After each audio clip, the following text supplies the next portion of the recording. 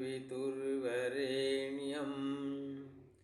भर्गो देवस्य धीमहि धियो यो नः प्रचोदयात्।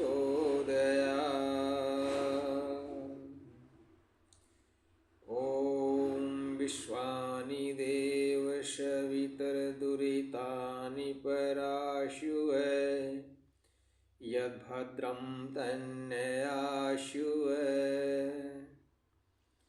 ॐ यो भूतं च भव्यं च सर्वं यश्चाधीतिश्च तिष्ठति सर्वस्य च केवलं तस्मै ज्येष्ठाय ब्रह्मणे नमः। ॐ अग्ने वर्त्पते वर्तं चरिष्यामि तच्चिक्केयं तन्मे राध्यताम्। इदं महनिर्ता सत्यमुपैमि। ॐ शान्ति शान्ति शान्ति।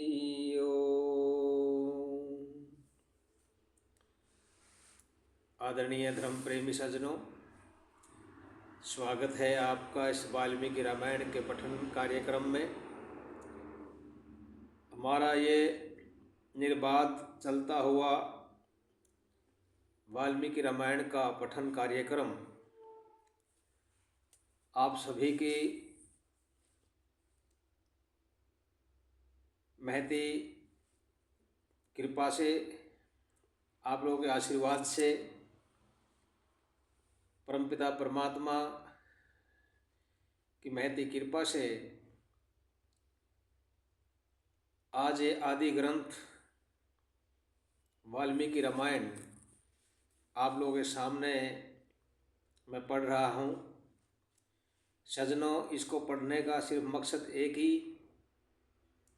कि हमारे आज घरों के अंदर जो संस्कार बिगड़े हुए हैं, उन संस्कारों को हम कैसे वापस लाएं और कैसे अपने बच्चों को संस्कार दें और हम जीवन जिएं तो श्री राम जैसा हम अपने पुत्रों को बनाएं तो श्री राम जैसा। तो सज्जनों, हमें इस वाल्मीकि रामायण को पढ़ करके और इसका अवलोकन करके इसके ऊपर जो इसके अंदर जो संस्कारित बातें दी हुई हैं उनको अपने जीवन में आचरण में ला करके हम अपने घरों में श्री राम अपने बच्चों को बना सकते हैं। और ये भी है कि पहले हमें राम बनना पड़ेगा, तब हम आगे राम बना सकते हैं। इसी कड़ी में आज वाल्मीकि रामायण का अयोध्या कांड का 34वां सर्ग है। पहले 33वें सर्ग में जब श्री राम कैकेयी द्वारा छलित होकर के चले गए और वन की ओर प्रस्थान कर गए, तो श्री राम महाराज दशरथ के चरण स्पर्श करके प्रणाम करके उनकी प्रदक्षिणा करके राम, लक्ष्मण और सीता के साथ और रथ में बैठ करके सुमंत्र को आज्ञा देते हैं कि सुमंत्र, अब रथ को ले चलो। वो महाराज दशरथ दुखी होकर के उनके पीछे पीछे भागते हैं और जिन महाराज दशरथ ने कभी पैदल चल के नहीं देखा था रथ के सिवाय, आज वो नंगे पैर श्री राम के पीछे भाग रहे थे। और पूरी अयोध्या की जनता वो भी दुखी थी कि श्री राम वन में ना जाए,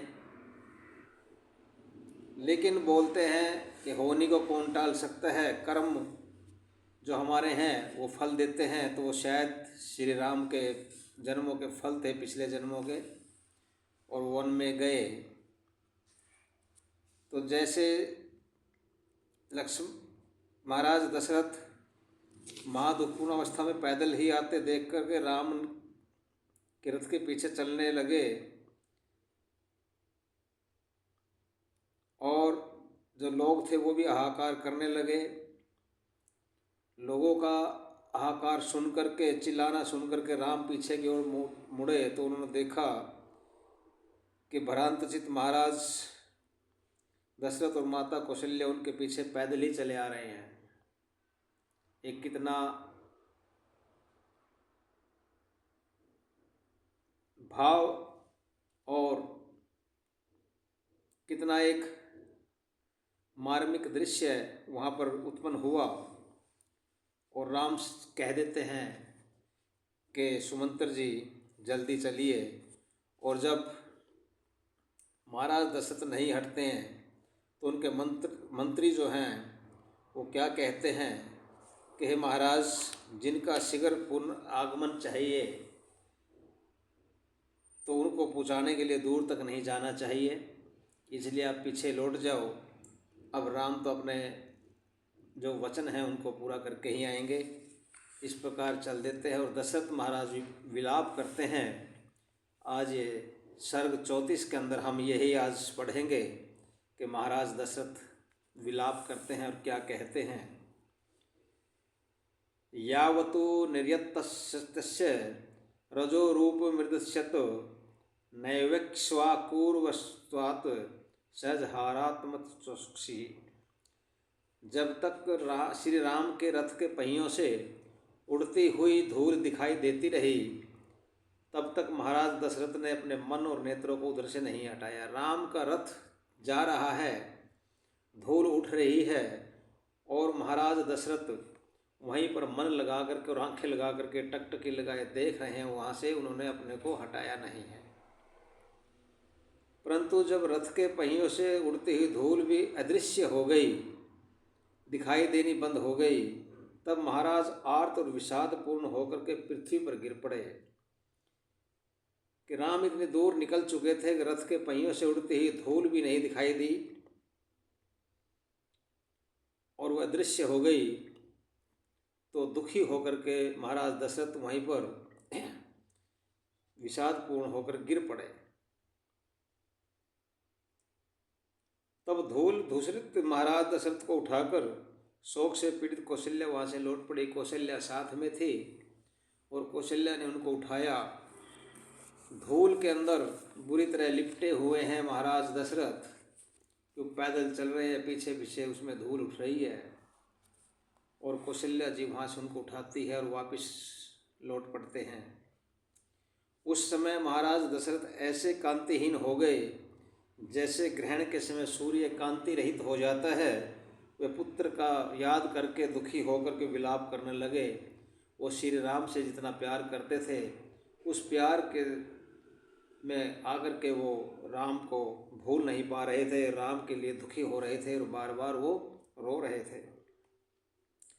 विलाप करते करते महाराज दशरथ का गला भर आया। तब उन्होंने अति क्षीण स्वर में दीन भाव से मृदु और अल्पार्थवाची ये वचन कहे। महाराज का गला भर गया, बोल नहीं पा रहे थे, तो रुंधे हुए गले से उन्होंने पूरे ही अति कमज़ोर स्वर में, धीरे से स्वर में और दीन भाव से, जैसे एक बिल्कुल कमज़ोर गरीब आदमी बोलता है, नर्म और अल्पार्थ छोटे थोड़े से अर्थवाची शब्द क्या कहे। कौशल्याया गृहं शीघ्रं राम मातुर्नयन्तु माम न हयंत्र मया श्वासो हृदय भविष्यति। कि मुझे शीघ्र राजमाता कौशल्या के घर में पहुंचा दो, क्योंकि मेरे हृदय को और कहीं भी शांति नहीं मिलेगी। ये राम धीरे से बोल रहे हैं। ये महाराज दशरथ के शब्द थे। बहुत ही दीन भाव से उन्होंने बोला कि मुझे राजमाता कौशल्या घर में पहुंचा दो, क्योंकि मेरे हृदय को अगर कहीं शांति नहीं मिल सकेगी तो वहीं मिलेगी। महाराज दशरथ के ऐसा कहने पर द्वारपालों ने उन्हें महारानी कौशल्या के घर में ले जाकर पलंग पर लिटा दिया। साथ में द्वारपाल थे, सेना साथ में थी। उन्होंने उसको उठाया, सहारा दिया और महारानी कौशल्या के महल में ले जाकर उनको पलंग पर लिटा दिया। सजनों, कौशल्या के घर पहुंचने और पलंग पर शयन करने पर भी महाराज दशरथ का मन अशांत ही रहा। मन को शांति नहीं मिली, मन शांत नहीं हुआ, क्योंकि बार बार राम उनको याद आ रहे थे, राम के लिए वो विलाप कर रहे थे। अपने लिए काल रात्रि के समान आई हुई उस अर्धरात्रि में महाराज दशरथ ने कौशल्य से कहा कि नींद महाराज को नहीं आ रही थी। महाराज दुखी थे और चिंतित भी थे। तो उसी समय आधी रात के समय महाराज दशरथ ने कौशल्य से कहा, क्या न त्वाम पश्यामि कौशल्ये साधु माम पाणिना स्पर्श रामम में अनुगता दृष्टिर्ध्यापि निर्वर्तते। कि हे देवी कौशल्य, मैं तुमको देख नहीं पा रहा हूँ, क्योंकि श्री राम दर्शन के लिए उनके पीछे गई मेरी दृष्टि भी तक नहीं लौटी है।